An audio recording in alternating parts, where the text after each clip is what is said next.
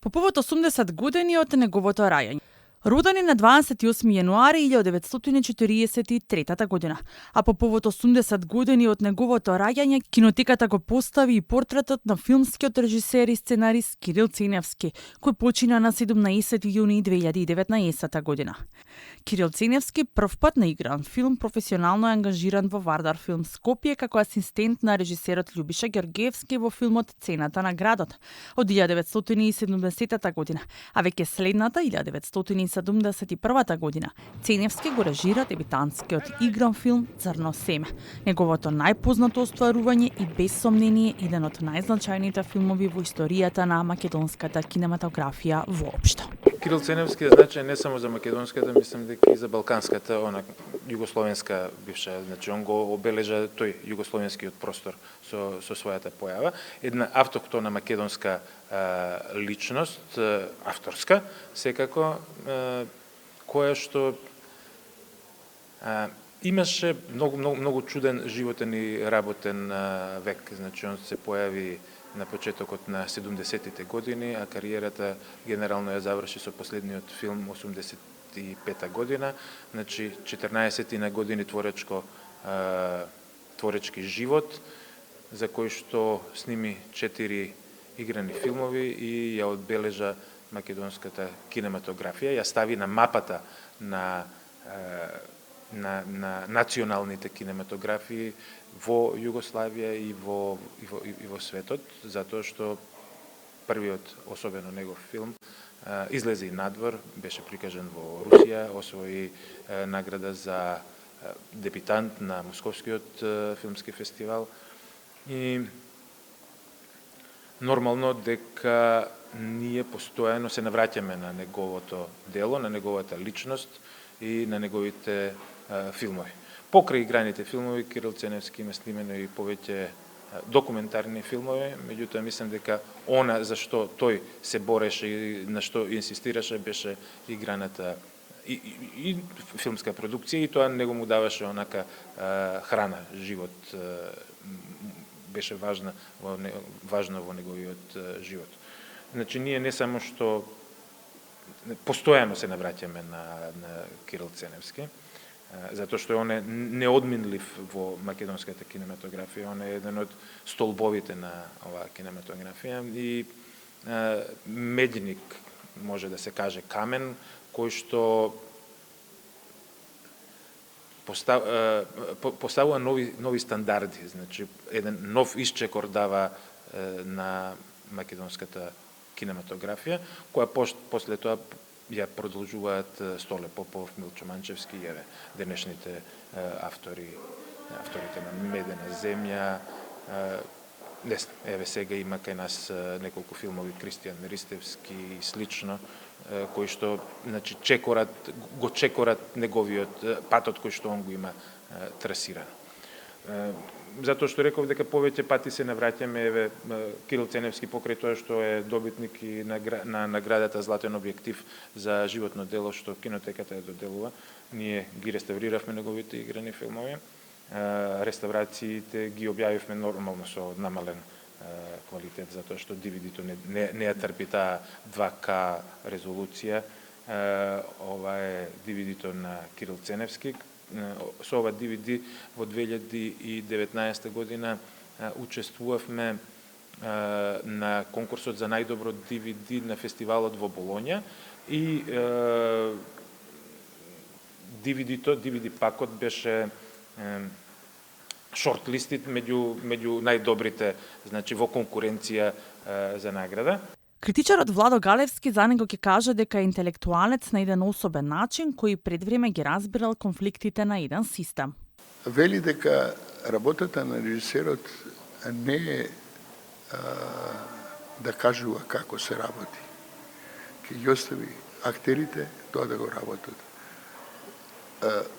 Се бореше против авторитарност во смисла на режисерски пристап. Од друга страна, во тој период кога тој твореше, беше еден бран на светска продукција која се занимаваше со прилично насилство на филмот и очигледно дека Ценевски беше под влијание на тој бран на режисери и на филмови, тоа чувство на конфликт во едно општество, конфликт меѓу луѓето, го примени на македонско тло, на оној креативен дел кој се однесува за македонските филмови. Така никна и Јад, така и никна и Црно семе, така никна и Јазол. Неговите филмови се секогаш конфликт во кој се осврнува на недоследноста на еден систем кон вреднување на вистинските вредности во тој систем. Има еден цитат и ќе се осмелам да го прочитам, бидејќи не сакам да биде ќе го цитирам. Ценевски уште пред 20 години ми го изјави ова. Чувството за припадност на еден народ не може да го градат политичарите. Нивната задача е да создаваат услови во кои тоа чувство ќе се гради. Изворедна, точна размисла и погодено во центар. Тоа важи и денеска, после 20 години, а за него важил и многу пред тоа. И вели додава, политичарите треба само доследно да ги применуваат инструментите кои се користат во цивилизираните држави, а со кои ќе го штитат идентитетот на една култура, на едно наследство. Тоа е цитатот. Инаку во своите филмови Ценевски е визуелно за тој период, па и од денешен аспект, изворедно атрактивен. Во неговата кинематографија се чувствува инстинкт според кој тој работи. Не е само занаетот, бидејќи ниту освен неколку посети или семинари, што би рекле, специализации, тој нема филмската школа режисерска, тој не дипломирал како режисер. Туку е самоук, но неговата креација произлегува од неговиот вроден талент за визуализирање и што е така интересно, тој е одличен сценарист. Треба да спомнеме дека неговите почетоци се многу значени и по неколку документарни филмови кои ги снимаше на Струшките вечери на поезија и мислам дека има четворица лауреати на Струшките вечери со кои има портрети направени. Изворедни филмови, изворедни кратки досиеа за едно време во кое тие ликови и денес е врв на светската поезија. А неговиот пристап е многу атрактивен, вели, ова ќе го импровизирам, вели, кога се одржуваат поетските читања или предавања, салата е празна, но затоа кафеаната подоцна толку добро работи и се што е битно ќе се чуе таму. Во 2013 година Кинотеката на Македонија на Кирил Ценевски му го додели годишното признание Златен објектив за исклучителен придонес во македонската кинематографија. А истата година Друштвото на филмските работници на Интернационалниот фестивал на филмската камера Браќа Манаки во Битола му ја додели новостановената награда Големат звезда на македонскиот филм. Првиот ангажман професионален му е како асистент режисер на филмот Цената на градот на режисерот Љубиша Георгиевски во 1970 година и веќе следната има можност да го сними својот дебитантски филм.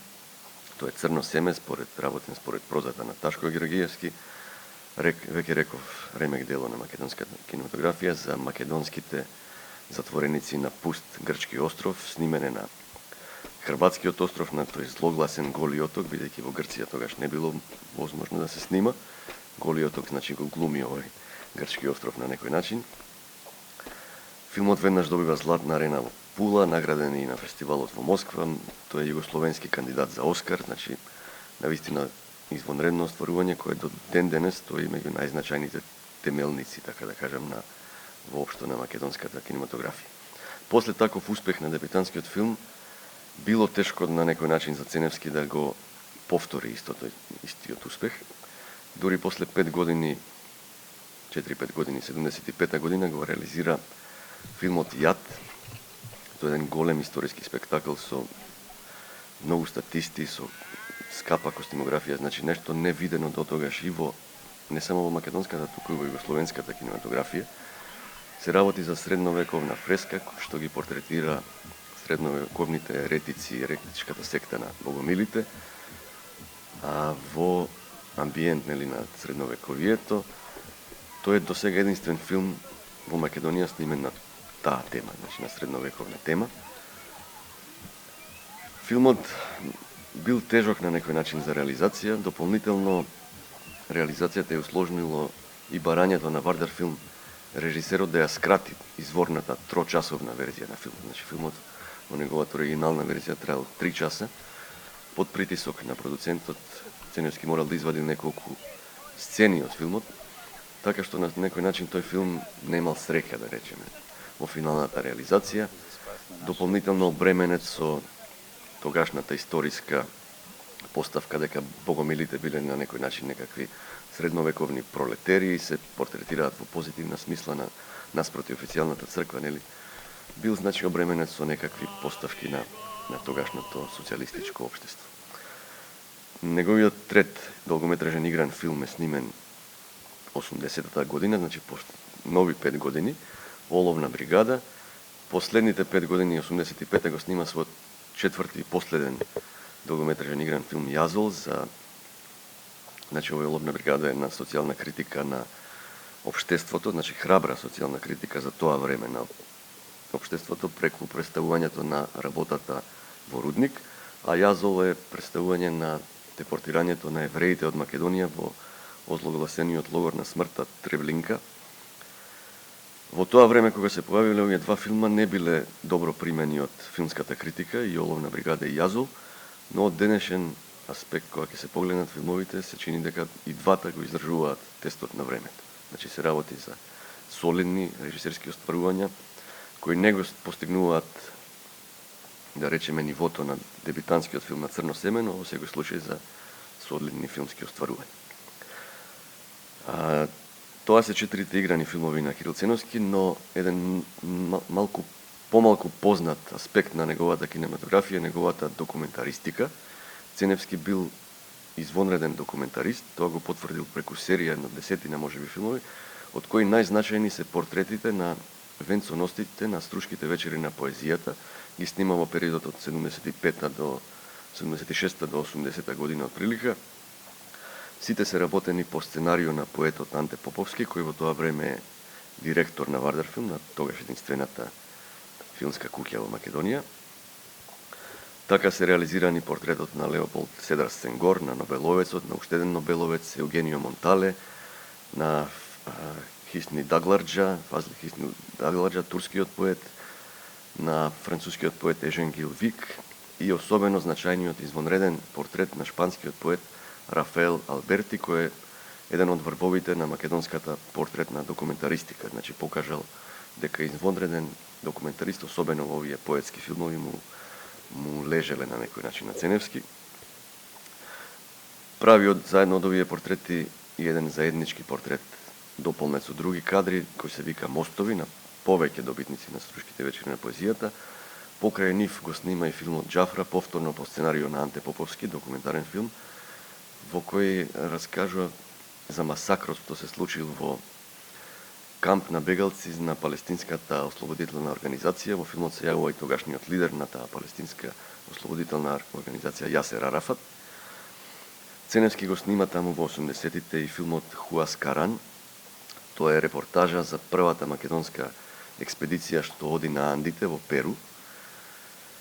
И во 87-та режира пропаганден филм за фабриката Хемтекс и тоа е неговото последно филмско остварување. Значи од 87-ма веќе не снима, разочаран е на некој начин од општествено-политичката состојба во Македонија, разочаран е од состојбата во културата и тоа влијае през него да се откаже на некој начин од филмското творештво, што представува голем хендикеп не толку за него, колку за самата македонска кинематографија, затоа што покажал дека е извонреден талент кој во некои други услови, во некои други коцки, ако се наместеле, веројатно би реализирал уште многу други значајни филмски остварувања. Последниот филм од овој поетски серијал на Ценевски и Поповски е филмот Мостови, струшки вечери на поезијата од 1982 година. Ретроспектива на неколку години од реномираниот поетски фестивал во Струга и во него се презентираат лауреатите на Златниот венец.